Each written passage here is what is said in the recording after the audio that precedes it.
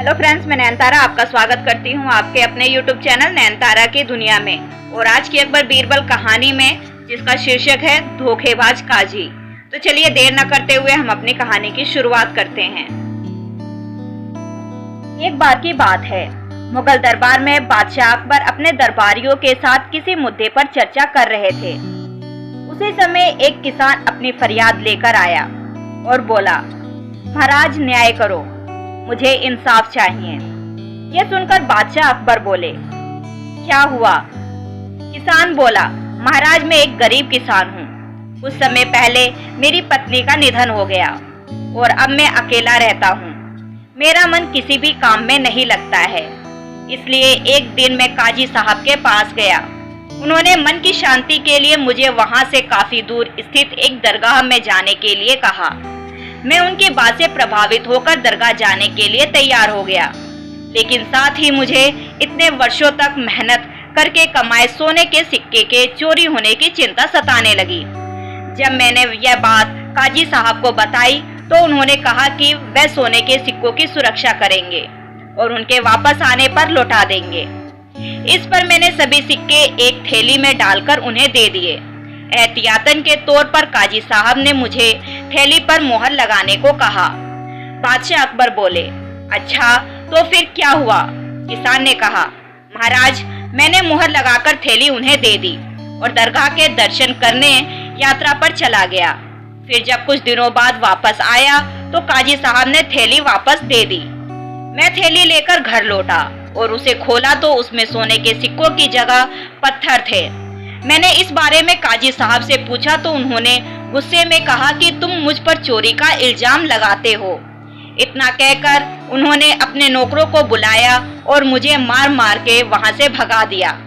किसान ने रोते हुए कहा, महाराज मेरे पास जमा पूंजी के नाम पर बस वही सोने के सिक्के थे, मेरे साथ न्याय करें।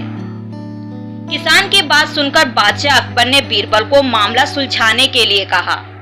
बीरबल किसान के हाथों से थैली लेकर उसे अंदर से देखा और महाराज से थोड़ा सा समय मांगा।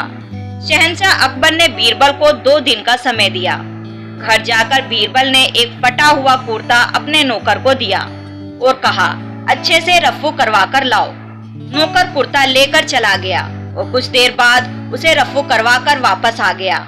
बीरबल कुर्ते देखकर खुश हो गए। कुर्ता इस प्रकार से रफू किया गया था कि मानो फटा ही ना हो। यह देखकर बीरबल ने नौकर से उस दर्जी को बुलाकर लाने को कहा। नौकर कुछ ही देर में दर्जी को लेकर आ गया। बीरबल ने उससे कुछ पूछा और वापस भेज दिया। अगले दिन बीरबल दरबार पहुंचे और सैनिक से काजी व किसान दोनों को दरबार में लेकर आने का आदेश दिया। कुछ ही देर में सैनिक काजी व किसान को साथ लेकर आया। इसके बाद बीरबल ने सैनिक से दर्जी को बुलाने के लिए कहा। यह सुनते ही काजी के होश उड़ गए। दर्जी के आते ही बीरबल ने उससे पूछा, क्या काजी ने तुम्हें कुछ सिलने के लिए दिया था? तब दर्जी ने कहा, कुछ महीने पहले इनके सिक्कों वाली थैली को सिया था। इसके बाद जब बीरबल ने जोर देकर काजी से पूछा तो उसने डर के मारे सब कुछ सच सच बता दिया। काजी ने कहा, महाराज मैं एक साथ इतने सारे सोने के सिक्के देखकर लालची हो गया, मुझे माफ कर दो। बादशाह अकबर ने काजी को आदेश दिया कि वह किसान के सोने के सिक्के लौटाए और साथ ही साथ काजी को 1 वर्ष कारावास की सजा सुनाई। इसके बाद एक बार फिर सभी ने बीरबल की बुद्धि की भूरी भूरी प्रशंसा करी। कभी लालच नहीं करना चाहिए और ना ही किसी के साथ धोखा करना चाहिए। गलत काम के बदले एक ना एक दिन सजा जरूर भुगतनी पड़ती है। बेईमानी से लालच शुरू होता है और लालच में इंसान सब कुछ खो देता है। बेचैनी में कभी जागता कभी सोता है, बुढ़ापे में अपने पापों को सोचकर रोता है। ये थी मेरी आज की कहानी। आशा करती हूँ आपको पसंद आई होगी। वीडियो को लाइक कर देना, चैनल को सब्सक्राइब कर लेना। मिलते हैं नेक्स्ट वीडियो में एक नई कहानी के साथ।